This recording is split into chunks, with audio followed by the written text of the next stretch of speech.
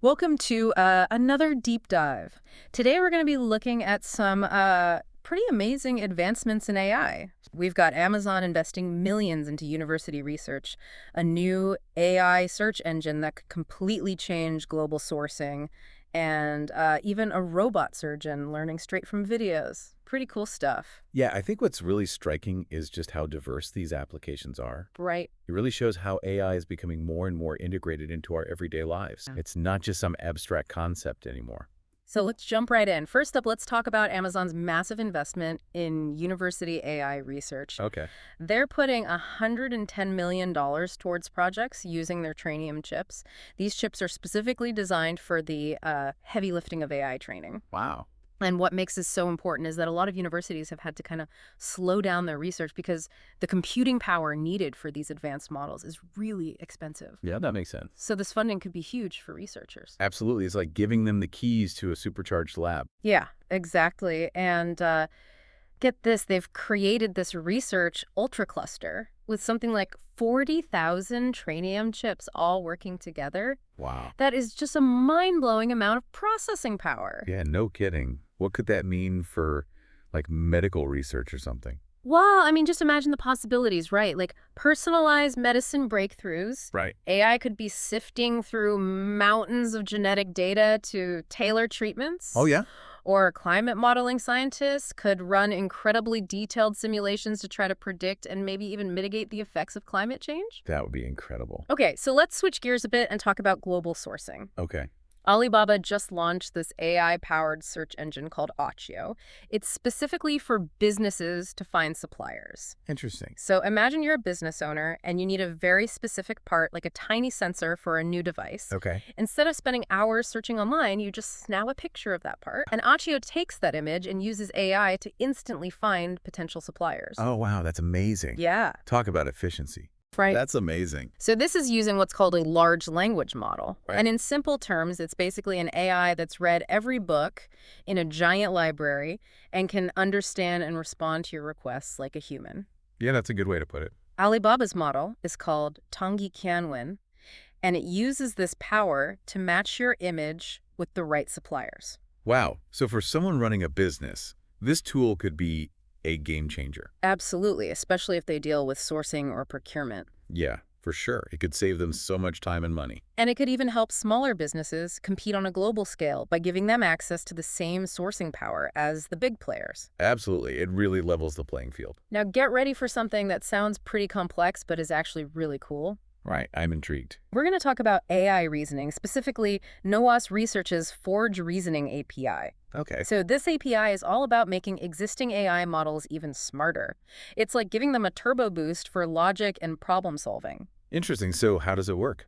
Well, the really exciting part is that Forge can make a smaller open source AI model competitive with the big guys like Google and OpenAI when it comes to reasoning tasks. Oh, wow. So like David versus Goliath. Exactly. And they actually tested it on the American Invitational Mathematics Examination, or A, Oh, wow. which is a test with super complex multi-step problems. Yeah, those are tough. So the fact that Forge helped an AI excel on that really shows its potential.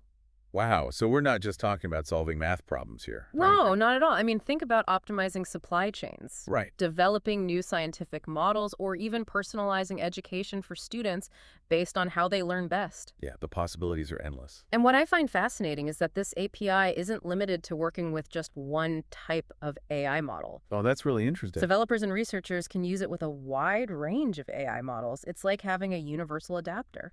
That's incredible. That kind of flexibility is going to be so important as AI continues to evolve. Absolutely. Yeah, it's really exciting to see where this technology is headed. For sure. It's going to be really interesting to see how this all plays out in the coming years. Yeah, I'm excited to see what comes next. Me too.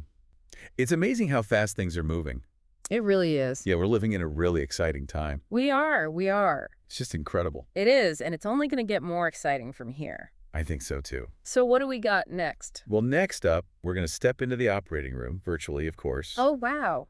to talk about a robot that learned surgical techniques by watching videos of human surgeons. Wow, that sounds incredible. Yeah, it really is a major step forward in something called imitation learning, where AI learns from human experts. So we're talking about AI that can actually perform surgery. Pretty much, yeah. That is amazing. It's really remarkable. I can't wait to learn more about that. Me too. All right, well, let's dive in. Okay, sounds good. So it's basically learning by watching, just like we do.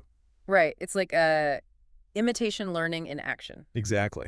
The AI observed and learns from human experts. And they didn't just feed the robot raw surgical footage.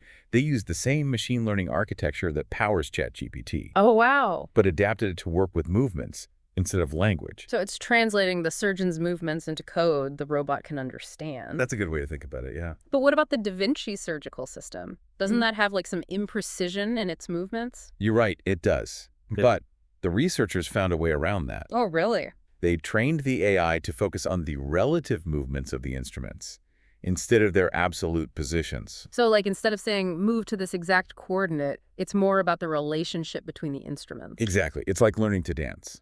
You focus on the sequence of steps, not the exact placement of your feet. Oh, that's a great analogy. It is, yeah. So they basically taught the AI to work with the quirks of the system. Right.